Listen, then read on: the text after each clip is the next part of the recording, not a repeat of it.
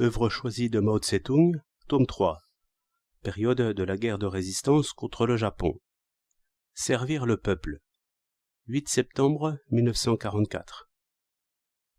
Notre parti communiste, ainsi que la 8e armée de route et la nouvelle 4e armée qu'il dirige, sont des forces révolutionnaires, totalement dévouées à la libération du peuple et travaillant entièrement dans l'intérêt de ce dernier.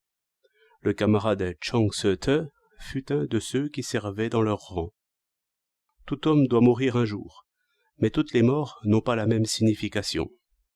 Un écrivain de la Chine antique, Sima Qian, disait « Certes, les hommes sont mortels, mais certaines morts ont plus de poids que le mont Taishan, d'autres en ont moins qu'une plume.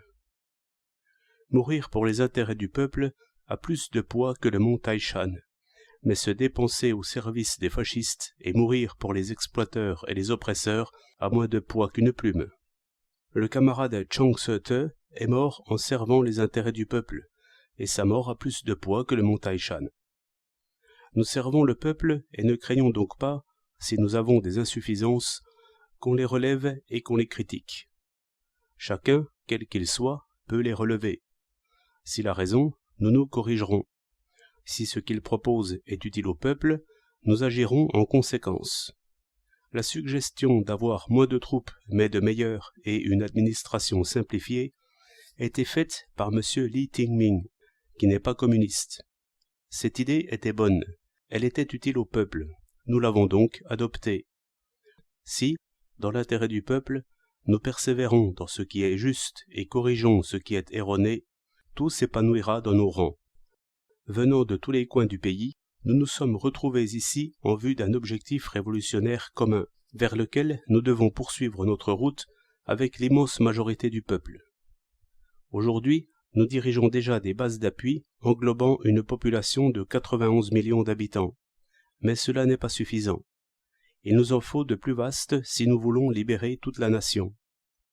Que nos camarades, dans les moments difficiles, ne perdent pas de vue nos succès, qu'ils discernent notre avenir lumineux et redoublent de courage. Le peuple chinois est dans le malheur, nous avons le devoir de l'en tirer. Pour cela, il faut lutter de toutes nos forces. Or, quand il y a lutte, il y a sacrifice. La mort est chose fréquente.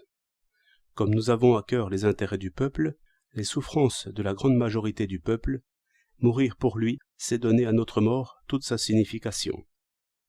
Néanmoins, nous devons réduire au minimum les sacrifices inutiles. Il faut que nos cadres se soucient de chaque combattant, et tous, dans les rangs de la Révolution, doivent veiller les uns sur les autres, s'aimer et s'entraider.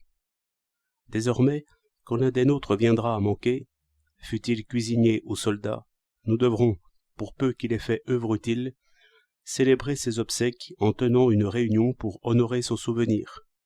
Cela doit devenir une règle. Cette pratique est à introduire également dans la population. Lorsque quelqu'un mourra dans un village, on organisera une réunion à sa mémoire.